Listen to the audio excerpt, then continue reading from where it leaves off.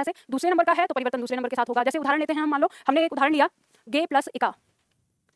अब ये ध्यान रखना, ये जो इका हम लोग संधि कर रहे थे ना, तो चलो शब्दावली तो आप लोग आज घर से ही करना, मुझे जल्दी ही निकलना है, तो हम लोग अपना टॉपिक ही कंप्लीट कर लेते हैं।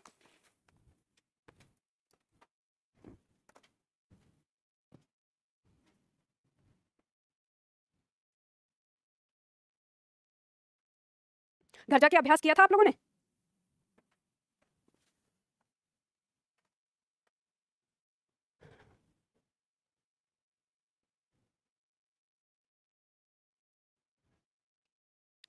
आज हम पढ़ने वाले हैं अयादी स्वर संधि। चलो लिखो इसकी परिभाषा। यदि किसी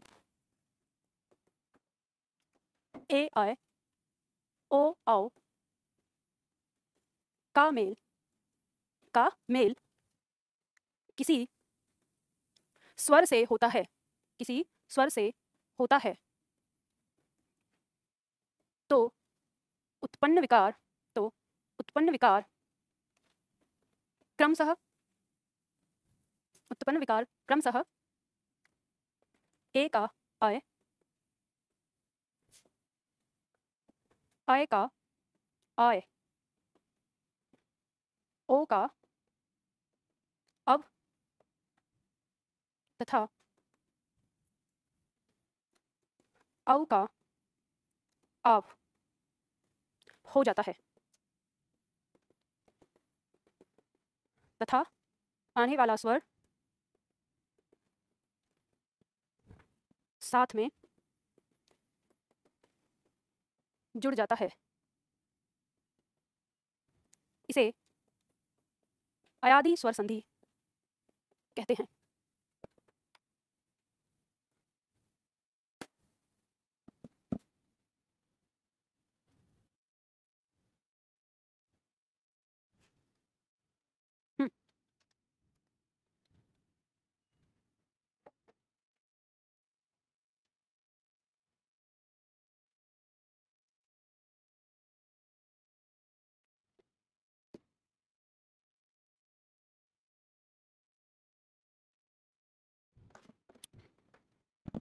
ऑनलाइन में इस तरह के प्रश्न हैं कि देख के ना ऐसा लगता है कि अभी पिछले 2 दिन से जो मैंने पढ़ाया है, जो किया है, वो सब बेकार है, कोई मतलब नहीं है। एक छात्र हमारे पूछ रहे हैं कि हम विद्यालय का विधि प्लस आल्य नहीं कर सकते, नहीं कर सकते तो क्यों नहीं कर सकते? चलो बेटा ये पहले लिख लो, ये लिख लिया आप लोगों ने। अब हम यहाँ पे परिभाषा लिखते हैं, इसका चार्ट बनाते हैं जो हम फॉर्मूला बना रहे थे, उसके बाद देखेंगे इनके प्रश्न को। तो पहले इसे समझते हैं। सबसे पहले इसे समझ लो, अभी तक जो आपने संधि पढ़ी उसमें हमने ये पढ़ा था, पहले जो हमारी दीर्घ संधि थी उसमें हमारा समान अक्षर था। क्या हुआ? एसी बंद है क्या?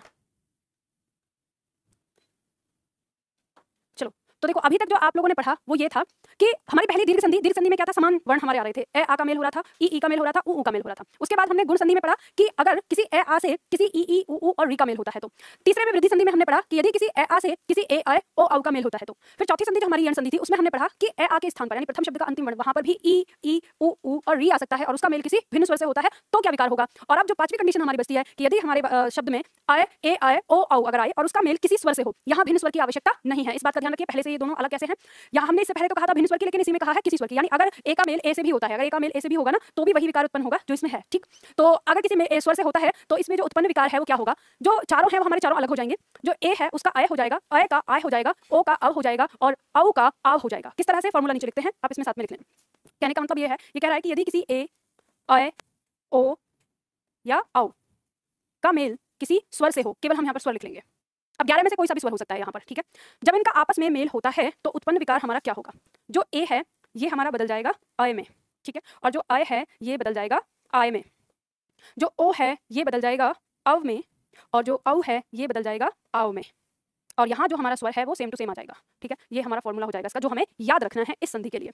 अब इसमें आपको जो समस्या होगी वो समस्या ये होगी कि मैम हमको कैसे याद रहेगा कि कब आय लग रहा है, कब आय लग रहा है, मैं तो उल्टा पुल्टा लग सकता है, आगे पीछे हो सकता है याद करने में। तो आपको याद करने का तरीका मैं बता देती हूँ, ये उतार लो, उतार लिया ना। अब देखो ऐसे समझो, ऐसे याद रखना आप लोग इसको, जैसे हम कभी कभी कुछ चीज़ों को उल्टे पुल्टे तरीके से याद रखते हैं तो ऐसे याद रख सकते हैं कि आपको पता है ये ए आय जो है इसमें अगर एक कॉमन परिवर्तन देखें तो वो क्या है, यह दिख रहा है यहाँ पर, और ओ औ में अगर कॉमन परिवर्तन देखें तो क्या दिख रहा है, वो दिख रहा है। तो हमें ये तो पता चल गया कि अगर ए आय में करेंगे तो यह आएगा और ओ औ में करेंगे तो वह आएगा। अब ऐसे याद रख लो कि जब अगर हम नंबर की बात करें तो जब आप स्वर में नंबर की बात करते हैं तो पहले नंबर पे आप इसको रखते हैं और दूसरे नंबर पे इसको रखते हैं, तो आप इसे नंबर दे दो 1 नंबर, ये 2 नंबर। जब आप ये लिखते हैं तो इसे 1 नंबर पे रख सकते हैं और इसे 2 नंबर पे, तो आप ऐसे रखिए कि 1 नंबर के साथ 1 नंबर, यहाँ पे आ गया, 2 नंबर के साथ 2 नंबर ये आ जाएगा। इसी तरह से इसे भी नंबर दे सकते हैं, 1 नंबर और ये 2 नंबर, तो 1 नंबर के साथ 1 नंबर और 2 नंबर के साथ 2 नंबर। अब याद रहेगा, कहीं ऐसा तो नहीं होगा कि आप कोई भूलोगे इसमें, आराम से लिख लो, नंबर से याद रखो क्रम से उसको, ठीक है। तो इस तरह से हमारे सामने कितनी कंडीशन आ गई, एक कंडीशन, दूसरी कंडीशन, तीसरी कंडीशन, चौथी कंडीशन, ठीक है। तो एक एक करके इनके बारे में समझ लेते हैं, इनका उदाहरण भी ले लेते हैं। यहाँ पे सबसे पहले हमारे सामने पहली कंडीशन आ गई कि यदि किसी ए का मेल किसी स्वर से होगा, तो अब हम यहाँ पर देखेंगे, इसे विस्तार से समझेंगे। याद दिया, यदि किसी ए का मेल किसी स्वर से हो रहा है तो ये जो ए है ये किसमें बदलेगा, अ में, और ये स्वर यहाँ पर ऐसे ही आ जाएगा। जैसे दिया हुआ है ए का मेल अ से हो रहा है तो अ में बदल जाएगा ये, और अ इसके साथ जुड़ जाएगा। अब आप कहेंगे ये अ कहाँ से आया, आगे वाला और पीछे वाला, तो ध्यान रखना ये पूरा का पूरा वर्ण मिलकर इसमें बदलता है, ठीक है। तो ये एक वर्ण ही किसमें बदल जाता है, 2 में बदल जाता है। आप ये समझो इसके 2 टुकड़े हो जाते हैं, एक स्वर के रूप में, एक व्यंजन के रूप में, और पीछे वाला तो वो स्वर जो है वो साथ में आएगा ही आएगा, ठीक है। इसी तरह से हम देखेंगे। तो अब हम एक उदाहरण देखें अगर इसका, तो जैसे मान लो हमने उदाहरण लिया ने प्लस अन, ने प्लस अन, तो अब देखो इसको हम किस तरह से करेंगे। इसमें अंतिम वर्ण क्या है हमारा, ए, और ये इसमें प्रथम वर्ण क्या है, अ। दोनों का आपस में जब मेल होगा तो ये परिवर्तित होगा, ये किसमें परिवर्तित होगा, 1 नंबर है तो 1 नंबर के साथ, ऐसे याद रखना। तो एक यानी आय आ जाएगा, यहाँ पर जो ये स्वर है ये स्वर उतर जाएगा। अब यहाँ क्या टुकड़ा बचा, न बच गया, तो न रख लेंगे। यहाँ पर क्या बचा, न बचा, लेकिन हल के साथ, क्योंकि इससे बाहर निकाला है।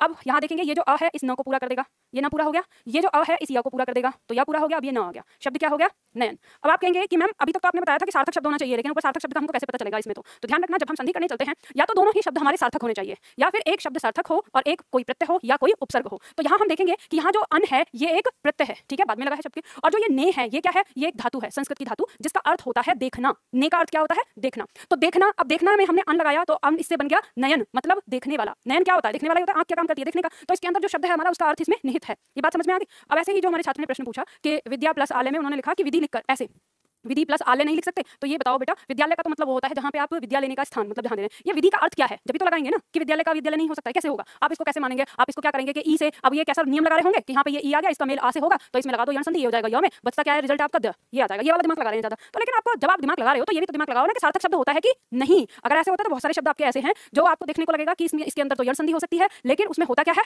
उसमें होता है दीर्घ संधि। जैसे उदाहरण के तौर पर बताऊंगी, ये आपको समझ में आ गया ना पहला पॉइंट इसका, ये समझ में आ गया, उतार लिया आप लोगों ने, ठीक है। अभी आपको एक चीज बताती हूँ, जैसे हमारे छात्र समझते हैं, शब्द है एक सत्याग्रह, शब्द है।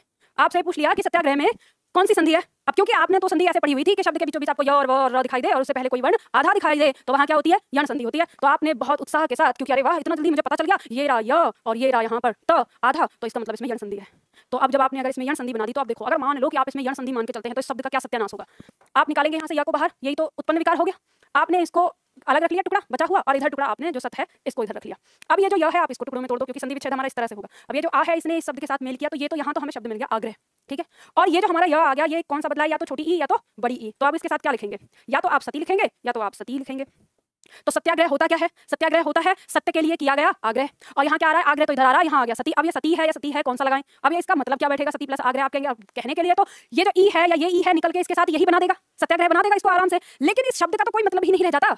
तो ये बात ध्यान रखिए, इसीलिए मैंने आपको पहले दिन ये बात समझाई संधि शुरू करते समय कि आपको सार्थक शब्द पकड़ना है कि सार्थक शब्द क्या होता है। तो करने वाला तो जो संधि विच्छेद करके दो शब्द देने वाला है या फिर इसको जोड़ तोड़ करके, तो वो तो ये भी बता देगा कि विकार तो इसमें भी उत्पन्न हो रहा है। ई आया है, ई का मेल आ से हो रहा है, तो उत्पन्न विकार क्या होगा, यह ही बदल जाएगा, ई या में बदल जाएगा। तो सही तो कर रहा है, नियम तो काम कर रहा है। नियम काम करने के बाद भी ये क्या हो रहा है, गलत हो रहा है। तो क्यों गलत हो रहा है, क्योंकि ऊपर वाले शब्दों का अर्थ नीचे निहित नहीं है जो हमें चाहिए, जो 2 टुकड़े हैं। तो इसलिए इस बात का ध्यान रखना, ये गलत है। आप कहेंगे तो फिर मैम इसमें क्या हो सकता है, तो आपको जो मदद लेनी है वो मदद लेनी होती है इसके अर्थ से, समझ गए। अब ऐसा अगर मान लो एग्जामिनर ने पहले ऑप्शन में सती प्लस आग्रह रख दिया, तो आधे से ज्यादा छात्र वही मार के आने वाले हैं कि ये तो हो रहा है ई और यहाँ पर आ बराबर आ जाएगा। तो आपको ये देखना है कि सती प्लस आग्रह तो होगा ही नहीं, क्योंकि सत्याग्रह का मतलब ये नहीं होता कि किसी सती ने आग्रह कर लिया। आग्रह क्या मतलब, निवेदन होता है। तो सत्याग्रह ये होता है कि किसी सती ने निवेदन किया है और वो सत्याग्रह नहीं। तो फिर क्या होता है, तो सत्य के प्रति आग्रह। तो आप यहाँ देखेंगे कि इसमें एक और संधि हो रही है, यानी आ की उत्पत्ति हो रही है। तो आ को बाहर निकाल लेते हैं। तो फिर तो यहाँ पे टुकड़ा हमारे पास क्या बचता है, सत्य, ये हल के साथ बचेगा। फिर यहाँ पे हमारे पास क्या टुकड़ा बचता है, ये ग्रह। अब ये जो अ है ये या तो किसी ए या आ से मिलकर, जिसका मेल किससे हो रहा है, किसी ए या आ से हो रहा है, तो इसके साथ रख दो।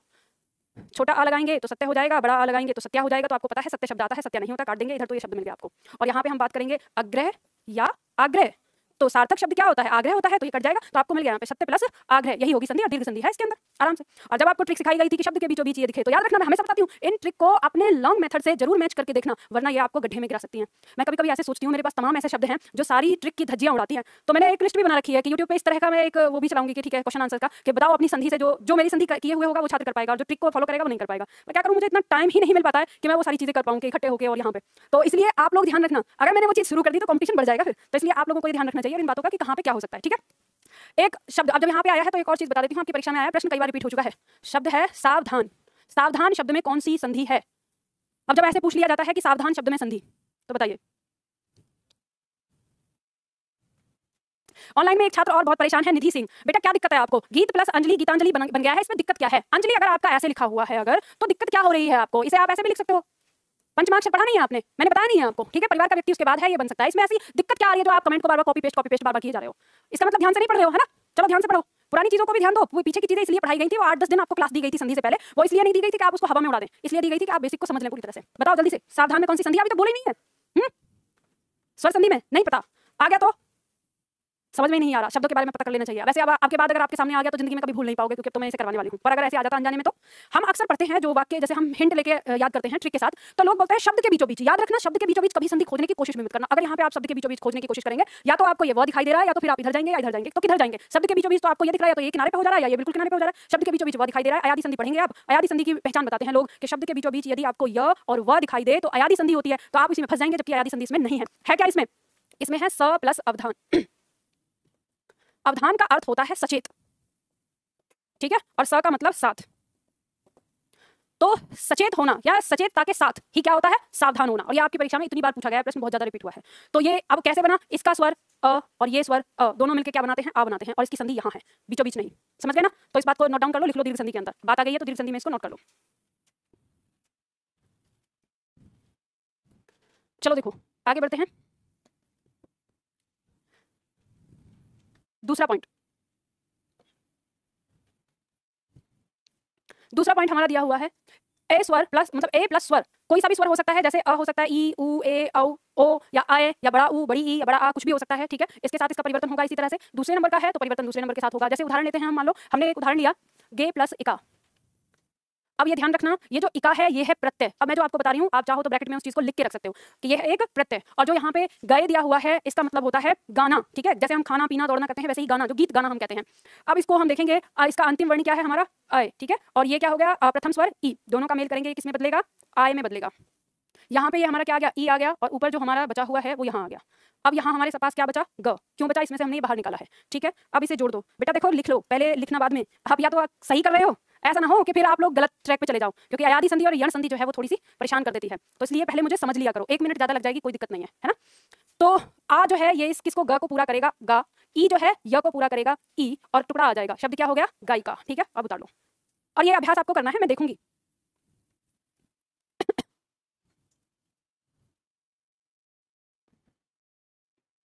अच्छा यहाँ पे लिख रही है कि होगा गीत, लेकिन लिखा है गीता। अगर गीता लिखा है तो उसे बेटा काट दो, सही कर लो, ठीक है। टाइपिंग मिस्टेक हो सकती है, क्योंकि जो प्रिंट है, प्रिंट में थोड़ी सी टाइपिंग मिस्टेक आ गई है इस बार, वो भी फॉन्ट चेंज होने की वजह से। तो सही कर लो उसे। अगर गीत प्लस अंजलि की जगह गीता प्लस अंजलि लिखा हुआ है तो उसे गीत प्लस अंजलि कर लो। ये उतार लिया आप लोगों ने। चलो अब देखते हैं पॉइंट नंबर 3 को। पॉइंट नंबर 3 हमारा क्या कहता है? अब यहाँ पर हमारा जो मेल हो रहा है वो ओ स्वर से हो रहा है। ओ का मेल किसी भी स्वर से होता है तो ओ बदल जाएगा अव में, और स्वर आ जाएगा इसके साथ। जैसे ओ का मेल अ से हो, या ओ का मेल आ से, ऊ से, ए, या औ, किसी से भी हो, तो इसका परिवर्तन होगा। ये सब आपको पता ही है, पहले से जानते ही हैं। जैसे हम उदाहरण लेते हैं, उदाहरण है हमारे सामने, जैसे जैसे एक उदाहरण हम लेते हैं, शब्द है हमारा पो प्लस इत्र। पो प्लस इत्र। अब ये इत्र जो है ये भी क्या है? प्रत्यय है। याद रखना, अयादि संधि के अंदर जो संधि होती है, धातु में प्रत्यय जोड़कर जो संधि बन रही है वही होती है। अक्सर इसमें क्या होता है? धातु होती है, यानी क्रिया, जो संस्कृत की क्रिया है उसे धातु कहते हैं, और जो प्रत्यय है प्रत्यय जोड़कर इसके साथ बनता है। तो इसमें भी यहाँ पर जो ओ आया है, ये पो जो आया है, इस पो का अर्थ होता है जैसे साफ सुथरा, ठीक है। इसका अर्थ, भावार्थ जो होता है सफाई करने से होता है, साफ करने से, जो क्रिया में हम रखते हैं। अब हम इसका देखते हैं क्या बनेगा। अंतिम वर्ण क्या है? ओ है, और प्रथम वर्ण क्या है? ई। दोनों का मेल करते हैं तो ये किसमें बदलता है? अव में बदलता है। यहाँ पर क्या आ जाएगा? ई आ जाएगा, बचा हुआ टुकड़ा त्र हो जाएगा, ठीक है। इसके बाद यहाँ पर हमारे पास क्या बच गया? प बच गया। इसको हम पूरा कर देंगे। ये जो अ है वो इस प को पूरा करेगा, प पूरा हो गया। ये जो ई है इस व को पूरा करेगी, तो व पूरा हो गया। जो त्र है आ गया, और शब्द हमारा क्या बन गया? पवित्र, ठीक है। उतार लो इसे।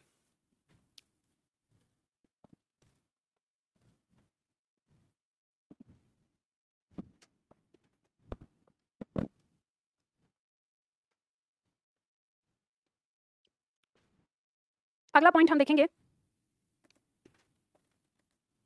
मिटा दूं इसको। चौथा पॉइंट हमारा आता है, औ का मेल किसी भी स्वर से हो रहा है। औ का मेल किसी स्वर से होने पर, औ दिया है, इसका मेल किसी स्वर से होने पर औ आव में बदलता है, और स्वर साथ में आ जाएगा। तो इसी तरह से हम देखेंगे सारे स्वर के साथ। तो देखते हैं, उदाहरण लेते हैं हम। जैसे हमारे पास उदाहरण है श प्लस अक। अक फिर से प्रत्यय है, और श का मतलब है ताकत, शक्ति से। तो देखेंगे इसका अंतिम स्वर क्या है? अंतिम स्वर है औ। और प्रथम स्वर क्या है? अ। बोल लिया करो भाई। ये किस में परिवर्तित होगा? आव में। यहाँ पर क्या बचा? अ। टुकड़ा क्या रह गया? क। यहाँ पर क्या आ जाएगा? बचा हुआ श।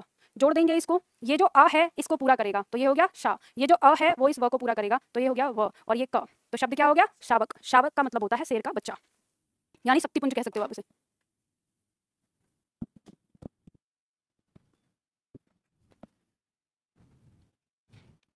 पावक में पौ का अर्थ यानी पौ और पौ दोनों ही का अर्थ साफ से सफाई से होता है। ठीक है, दोनों का अर्थ साफ सुथरा सफाई से होता है।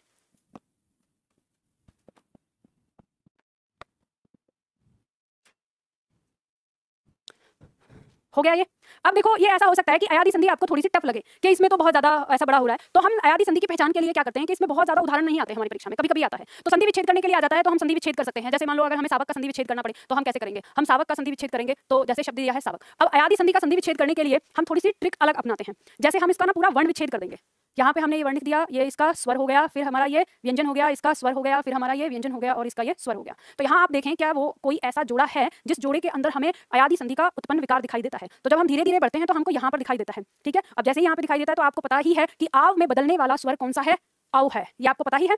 तो बस इसको इसके साथ जोड़ दो तो इधर आपको धातु मिल गई जो है, और ये इसके साथ जुड़ गया, यहाँ आपको अक मिल गया। आराम से कर लोगे, इसमें कहीं कोई दिक्कत नहीं, बस आपको वो फॉर्मूला याद रखना पड़ेगा जो फॉर्मूला हमारा दिया हुआ है। समझ गए ना? तो इस तरह से आप किसी भी शब्द को करो। जैसे एग्जाम्पल के तौर पे गायिका शब्द को करो, कैसे करोगे? गायिका शब्द को या नायिका को करो, नायिका। जैसे नायिका शब्द है हमारा तो नायिका को हम तोड़कर लिख लेंगे। ये हो गया हमारा व्यंजन, इसका हो गया स्वर, फिर हो गया हमारा यहाँ पर व्यंजन य, इसका स्वर हो गया ई, फिर हो गया हमारा व्यंजन और इसका स्वर हो गया आ। अब हम यहाँ पर देखेंगे कि कौन सा वो जोड़ा है जिसमें हमें संधि नजर आ रही है, तो हम देखेंगे आय, ये दिख रहा है यहाँ पर, और आपको पता है ये आय कौन सा है जो परिवर्तित होगा, तो आपको पता है ये यही तो आय में परिवर्तित हुआ है। ठीक है, तो बस इसको इसके साथ जोड़ दो, ये हो गया नए और ये हो गया इका प्लस इका। बताओ संधि विच्छेद में कुछ है? बहुत आसान है, बस शर्त है कि आपको वर्ण विच्छेद आना चाहिए और पहचान होनी चाहिए। ठीक है, तो इस तरह से आप कर सकते हैं। अब इसमें बहुत सारे शब्द यहाँ पर नीचे दिए हैं, जैसे अब बहुत सारे में ये शब्द क्या है, 8-10 शब्द हैं और यही शब्द आपकी अयादी संधि के अंदर आते हैं मुश्किल से। तो आपको अगर मान लो फॉर्मूला याद करने में थोड़ी सी परेशानी होती है और आपको ऐसा लगता है कि मुझसे नहीं याद हो पाएगा, तो आप चाहो तो अयादी संधि के ये उदाहरण दिमाग में रख सकते हो और इस तरह से आप इन्हें यूं ही याद रख सकते हो। नहीं तो अगर आपको लगता है कि नहीं मैम जो ये हम जो फॉर्मूला बना रहे हैं ये ज़्यादा बेहतर है तो फॉर्मूले से कर लो, जैसे आपका मन करे वैसे कर सकते हैं। ठीक है, तो यहाँ पे इस तरीके से हमारी जो स्वर संधि है वो समाप्त हो जाती है। तो अभी तक हमने स्वर संधि क्या किया है? स्वर संधि बनाई है। अब हम स्वर संधि को जो है उसका संधि विच्छेद करेंगे, एक तरफ से देख लेते हैं पूरा। ठीक है, नए सिरे से शुरुआत से। तो संधि विच्छेद करने के लिए आप इसको जरा फॉर्मूले जो संधि हमने पढ़ी 5, इनकी पहचान या दिमाग में रखो कि हमने क्या क्या याद किया है इन पिछले दिनों में। तो जब हम बात करेंगे दीर्घ स्वर संधि की, तो दीर्घ स्वर संधि हमें बताती है किसी ए आ का मेल होता है तो आ हो जाता है, किसी ई का मेल होता है तो ई हो जाता है, किसी ऊ का मेल होता है तो ऊ हो जाता है। गुण स्वर संधि में हम याद रखते हैं कि ए आ का मेल किसी ई से होता है तो ए आ का मेल किसी ऊ से होता है तो ओ, ए आ का मेल किसी री से होता है तो अर। वृद्धि संधि हमें बताती है यदि किसी ए आ का मेल किसी ए आय से होता है तो उत्पन्न विकार वृद्धि वाला, अगर किसी ए आ का मेल ओ औ से होता है तो उत्पन्न विकार वृद्धि वाला। ठीक है, दोनों में वृद्धि संधि वृद्धि विकार। यण स्वर संधि में हम याद रखेंगे कि यदि किसी ई का मेल किसी भिन्न स्वर से होता है तो ये ई बदल जाती है य में, यदि किसी ऊ का मेल भिन्न स्वर से हो जाता है तो ये ऊ बदल जाता है व में, यदि किसी री का मेल किसी भिन्न स्वर से होता है तो ये री बदल जाता है र में, और जो वो भिन्न स्वर है वो उसके साथ आके जुड़ जाता है। और अयादी संधि में हम देखते हैं कि ए आय ओ औ का मेल किसी भी स्वर से हो, ए से होता है तो ये आय में बदल जाता है, आय से होता है तो आय में, ओ से होता है तो अव में, और औ से होता है तो अव में। ठीक है, और जो स्वर है वो साथ में जुड़ जाता है। इसमें एक चीज और याद रखना, जैसे हम लोगों ने स्वर लिखा, हम स्वर कैसे लिखते हैं? ए आ ई ऊ ऊ और री। हमारे पास इधर भी स्थान बचा है लेकिन हम वहां पे नहीं लिखते। हम इसको लिखते कैसे हैं? हम लिखते हैं इसे ए आय ओ आओ। ठीक है, इस तरह से लिखते हैं। लेकिन अगर सही मायने में आपको स्वर लिखने हैं तो हमेशा स्वर को ऐसे लिखो, इसको रखो इसके नीचे और इसको रखो इसके नीचे, और ऐसे याद रखो हमेशा। इस तरीके से याद रखने का तरीका क्या होता है? इससे आपको संधि याद होगी जितनी आपने दी है, स्वर संधि कौन सा हमने कितनी कितनी बार किया, ये चीज याद हो जाती है आपको। दूसरा, इस तरीके से आपको जो याद होता है वो प्रत्यय जब आप करेंगे तो प्रत्यय में हमें चार्ट बनाना पड़ता है कि दीर्घ परिवर्तन क्या होगा और लघु परिवर्तन क्या होगा। तो चार्ट बनाने के लिए जब आपको यानी स्वर इसी तरह से रखना याद रहता है तो आपके दिमाग में ही चार्ट बन जाएगा, फिर आपको रटने की जरूरत नहीं होती है। तो इस तरह से आप अपने दिमाग में लेके चलते हैं। तो अब देखो कैसे इसी स्वर के अंदर आपको अपनी संधि पहचाननी है कि किस तरह से। जब हमने स्वर संधि की बात करी तो इसमें देखो स्वर जो हमारी दीर्घ संधि है उनका इन दोनों में मेल हो रहा था, इसमें और इसमें हुआ, यानी हमने इतने वर्णों का इस्तेमाल किया इसमें, इतने स्वरों का, और इसमें हमने जो उत्पन्न विकार है वो दीर्घ वाला दे दिया। ठीक है, ये आ गया। उसके बाद दूसरे नंबर पे जो हमारी संधि आई गुण संधि, तो गुण संधि ने हमसे कहा कि एक अंतिम वर्ण पर ये हो और इसका मेल किससे हो? ई से, ऊ से और री से। तो उत्पन्न विकार क्या हो जाएगा? ई के साथ होगा तो ए हो जाएगा, ऊ के साथ होगा तो ओ हो जाएगा, और तो बाकी यहाँ कुछ था ही नहीं। ठीक है, इसके बाद दूसरा आया वृद्धि संधि। तो इसने कहा कि जब इनका तो पहले मेल हो गया तो आप कहेगा कि यदि किसी ए आ के साथ अगर मेल होता है किसके साथ, ए आई के साथ, ओ औ के साथ, तो उत्पन्न विकार क्या होगा, तो फिर कह दिया कि भाई इनके साथ तो ये रख लिया था हमने पहले नंबर पे, तो तीसरे में आ जाता है कि वृद्धि संधि में होगा तो वृद्धि में वृद्धि वाला वर्ण ही इसका उत्पन्न विकार होगा, तो वहीं पे आ गया। अब इसके बाद जो आपका चौथा आता है, तो उस चौथे में हमने बांटा कि अभी तक तो हम पहले यानी प्रथम शब्द के अंतिम वर्ण पे ए आ को ही रख रहे थे। अब हम ये देखें कि यदि हमने इसमें से कोई सा, इसमें से कोई सा और ये हो, उसका मेल किसी भी स्वर से हो रहा हो या भिन्न स्वर से हो रहा हो, तो किसी भी स्वर से तो हम नहीं कह सकते, क्योंकि किसी भी स्वर से कहेंगे तो ई के साथ ई आ गया तो दिक्कत हो जाएगी, ऊ के साथ ऊ आ गया तो दिक्कत हो जाएगी। तो फिर हम कहते हैं कि यदि इन तीनों में से किसी का मेल किससे हो रहा हो, किसी का मेल हो रहा हो भिन्न स्वर से, तो जब भिन्न स्वर वाली बात आती है तो भिन्न स्वर में हम फिर इसको अलग रखेंगे, और अब जो उत्पन्न विकार हमारा होता है वो क्या होगा, ये बदल जाएगा य में, ये बदल जाएगा व में, और ये बदल जाएगा र में। तो ये हमने अलग से पढ़ा इसके साथ। अब ये ध्यान देना क्योंकि इसी से मिलकर तो ये दोनों बने थे, तो जब हमारी अयादि संधि में परिवर्तन होता है तो इसमें भी य का ही भाव रहता है, और इन्हीं के मेल से हमारे ये बने थे, याद है ना, संयुक्त वर्ण जब हमने संयुक्त स्वर पढ़ा था, तो इसीलिए इनमें भी यही रहता है अयादि संधि के अंदर। तो खेल समझ में आ रहा है, तो आपको लग रहा है कि ये हिंदी है कि मैथ है? आज मैथ लग रहा है ना, अभी तो और मैथ आपने कुछ देखा ही नहीं, और मैथ भी खैर चलो मैं आज आप लोगों को नहीं ज्यादा बताऊंगी, क्योंकि इस क्लास में मेरे छात्र जो हैं थोड़े से छात्र कमजोर हैं, कुछ छात्र कमजोर हैं, कुछ स्ट्रॉन्ग हैं, तो बैलेंस वाला नहीं है, तो इसमें मैं आप लोगों को और ज्यादा चीजें इसकी नहीं दिखाऊंगी।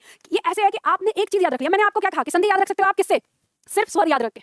आपने कभी इतना आसान देखा होगा, इतना आसान है कि बस ये है कि हमने दिखा ही नहीं है उसको, हमारा नजरिया ही नहीं, हमने सीखा ही नहीं है। दुनिया की सबसे आसान भाषा अगर कोई है तो वो है कौन सी, हिंदी, और अगर दुनिया की सबसे कठिन भाषा अगर कोई है तो वो है हिंदी। तो आप कहेंगे ये बात उन लोगों के साथ होती है जो एक, अगर हम उसकी जाति में देखें तो उच्च स्थान रखने वाले लोग, उच्च स्थान जैसे अगर आप इसे श्रद्धा के साथ पढ़ोगे तो ये आपके लिए साध्य हो जाती है। साध्य का मतलब जिसे हम कहते हैं साधना, मतलब वो हमारी हो जाएगी। अगर आप इसे आदर सम्मान के साथ पढ़ोगे तो ये साध्य हो जाती है, और अगर आप इसका अपमान करते हुए पढ़ोगे तो ये असाध्य हो जाती है, मतलब फिर इसे कोई साध नहीं सकता, नाराज हो जाती है। तो ऐसे ही काम करते हैं जैसे भगवान जी करते हैं ना, भक्ति भाव के साथ आप हाथ जोड़ के जाओगे तो कृपा बरसा देंगे, और थोड़ा सा अगर आपने नखरा दिखाया तो चलो कोप भी झेल लो, ऐसी हमारी हिंदी है। खैर चलो, तो ये आपको एक समझ में आया, मैंने ग्राफ बनाया। आप में से अगर किसी छात्र को ये चीज न समझ में आई हो, अगर उसे लग रहा हो कि नहीं मैम मैं यहाँ ज्यादा उलझ गया, तो आपको डरने की कोई आवश्यकता नहीं है। तो आप ही के लिए तो है ये चार्ट जो अभी हमने सीखा है, ठीक है।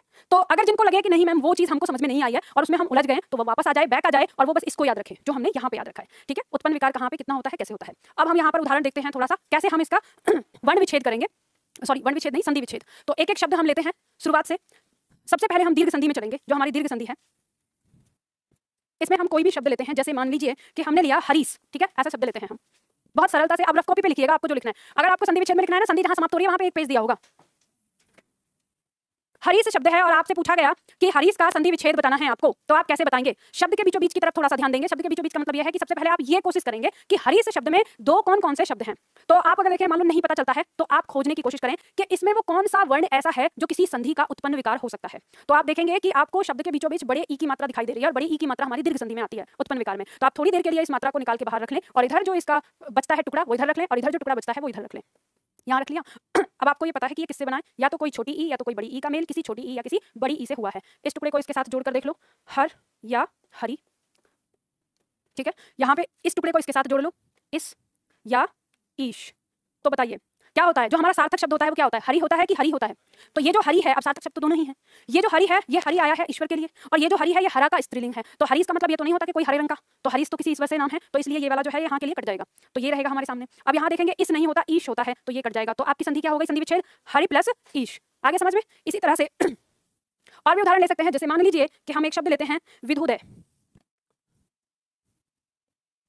विधुदय, अब विधुदय क्या होता है, क्या अर्थ होता है विधुदय का, मैम हमने तो पहली बार सुना है, हमें तो पता ही नहीं है।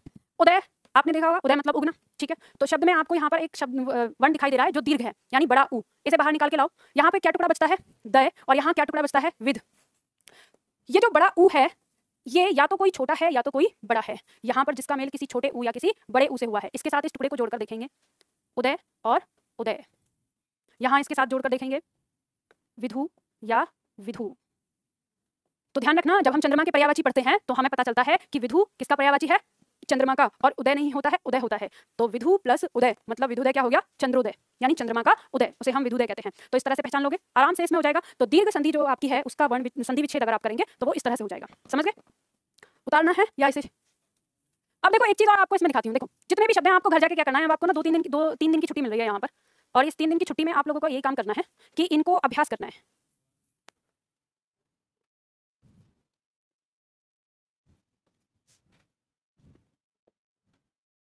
अब आपको एक चीज बताती हूँ, संधि विच्छेद कैसे होता है। अभी तक जो आपने किया उसी से होता है। अभी आप ऐसे कर रहे थे, संधि बनाना जो कर रहे थे, अंतिम वर्ण क्या है बोलो, छोटा ऊ। प्रथम वर्ण क्या है, छोटा ऊ। जब आप इन दोनों का मेल करते हैं तो यहाँ पर उत्पन्न विकार क्या होता है, बड़ा ऊ। अब यहाँ पर जो हमारे पास टुकड़ा बचा है वो क्या बचा, विध। और यहाँ पे हमारे पास जो टुकड़ा बचा वो क्या हो गया, द। इस ऊ ने इस ध को पूरा किया और ये क्या हो गया, विधुदय। ठीक है, अब ये जो आप इसी तरह से चले हैं, जो यहाँ पे आए हैं, ऐसे ही आपको वापस जाना होता है संधि करने के लिए। ये आ गया आपका यहाँ पर लिखा है। अब जैसे ये ऊ आपने बाहर निकाला, तो इसी में से ये ऊ आप जब बाहर निकालते हैं, टुकड़ा यहाँ पर क्या बचता है, द। यहाँ पर क्या बचता है, विद। बस अंतर ये है कि यहाँ तो आपके सामने ये स्पष्ट रूप से है पहले दोनों, तो आपने डायरेक्ट इसको बना लिया। लेकिन जब आप इसको देखते हैं तो यहाँ आपका अनुमान होता है कि या तो छोटा होगा या तो बड़ा होगा, तो आप इस अनुमान का प्रयोग करते हैं यहाँ पर इस तरह से। और जब अनुमान आपका होता है तो इससे आप दोनों शब्दों को बनाकर देखते हैं कि यहाँ कौन सा शब्द हमारा आएगा, सही कौन सा होगा, सार्थक शब्द कौन सा है। यहाँ पर आप देखते हैं इसे और आपको ये पता चल जाता है, यही तो है और है क्या। अब यहाँ पे आपको पता चल जाता है कि विधु इस तरह से लिखना वर्तनी गलत है, ऐसे लिखना इसकी वर्तनी गलत है। आपके पास बच गया क्या, ये बच गया विधु प्लस उदय, और यही तो है ये जो आपने यहाँ पे किया। समझ गए। तो कुछ है संधि विच्छेद में, कुछ भी नहीं। संधि करनी आ गई आपको तो संधि विच्छेद आपका हो गया। इसी तरह से अब मुझे जल्दी से बताइए, गुण संधि का एक मैं वाक्य दे रही हूँ आपको, उदाहरण दे रही हूँ, आपको करके बताना है मुझे कि हो गया या नहीं। सुर प्लस उद्यान शब्द है, सुर प्लस उद्यान।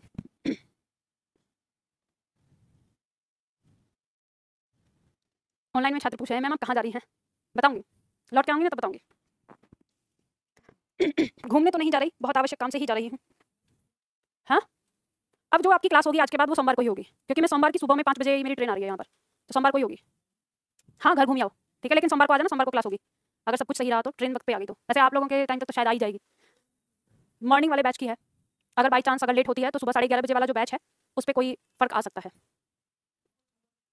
सोमवार की नहीं है, सोमवार को मैं वापस आ रही हूँ, मैं कोई रेस्ट नहीं लेने वाली, ठीक है, सीधे पढ़ाई करवाऊंगी। और हाँ, एक बात और याद रखना, क्योंकि ये जो 4 छुट्टी हमें लेनी पड़ रही है, इमरजेंसी छुट्टियां, इसके बारे में मुझे कोई भान भी नहीं था पहले से, पर ये इंपॉर्टेंट है, बहुत जरूरी है, क्योंकि अगर ये छुट्टी मैं नहीं लेती हूँ तो आगे 1-2 महीने में फिर बहुत ज्यादा इंपैक्ट पड़ सकता है हमारी चीज़ों पर, तो पढ़ाई से ही संबंधित चीज़ों पर इंपैक्ट पड़ सकता है, तो इसलिए जाना जरूरी है।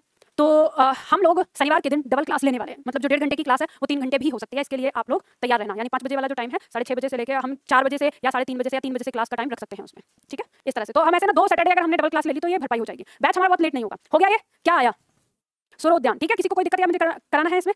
अच्छा अच्छा, ये बताओ, मैंने आपको संधि विच्छेद करने के लिए दिया था, मैंने ये शब्द दे दिया आपको, करके खुद ही दे दिया। चलो दूसरा शब्द लिखती हूँ, अब करना है आपको, मैं तभी तो कर तो रहे थे हम यहाँ पर संधि विच्छेद, और खुद ने टोका भी नहीं। चलो दूसरा शब्द देती हूँ, लंबोदर करो आप। लंबोदर को तोड़ना है, संधि विच्छेद बताना है, और इसके बाद फिर आपको बताना है दीपोत्सव।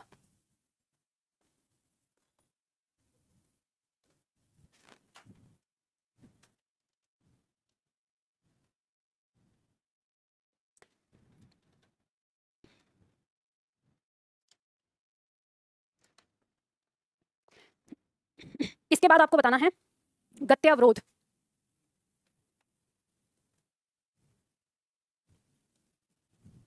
हो गया लंबोदर, क्या हुआ, लंबा प्लस उधर। देखो किस तरह से आप करोगे, थोड़ा सा ध्यान दे लो।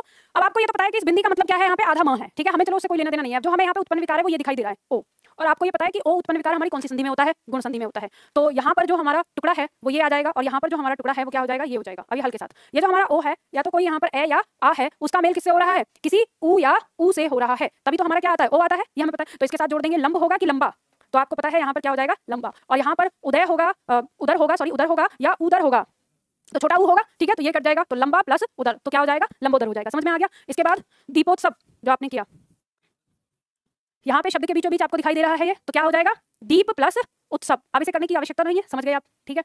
अब यहाँ पे दिया है गत्याविरोध, इसको करो।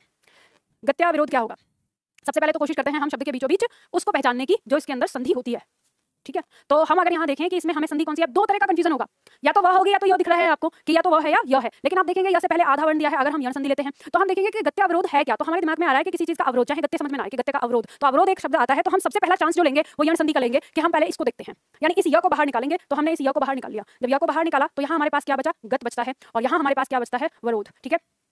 अब हमको ये पता है, इसको आप खोल के भी लिख सकते हो ऐसे य, और ये हो गया अ, तो जब ऐसे लिखेंगे तो ये अ से आपको एक शब्द मिलता है अवरोध, ठीक है।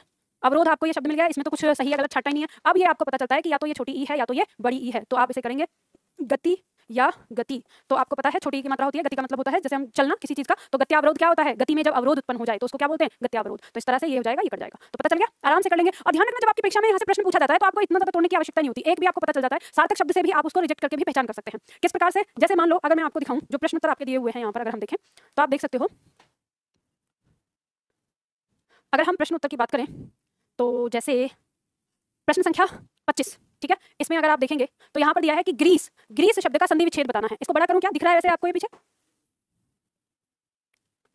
देखो, तो जब ये ऐसे दिया होगा, चार ऑप्शन आपके सामने दिए होंगे कि ग्रीस प्लस जैसे शब्द दिया है कि अब इसमें आप देखेंगे कि जो सार्थक शब्द नहीं है उसमें से काट लो। जैसे इस दिख रहा है, ये कट जाएगा, ये कट जाएगा, दो ऑप्शन तो कट गए। अब इसके बाद आपको पता चलता है यहाँ पे कि गिर तो कुछ नहीं होता, ग्रीस यहाँ पे गिर माने पर्वत है और इस माने ईश्वर, तो पर्वत का ईश्वर, ठीक है। तो ये गिर कट गया, अपने आप आपको मिल गया, कोई देरी नहीं लगेगी।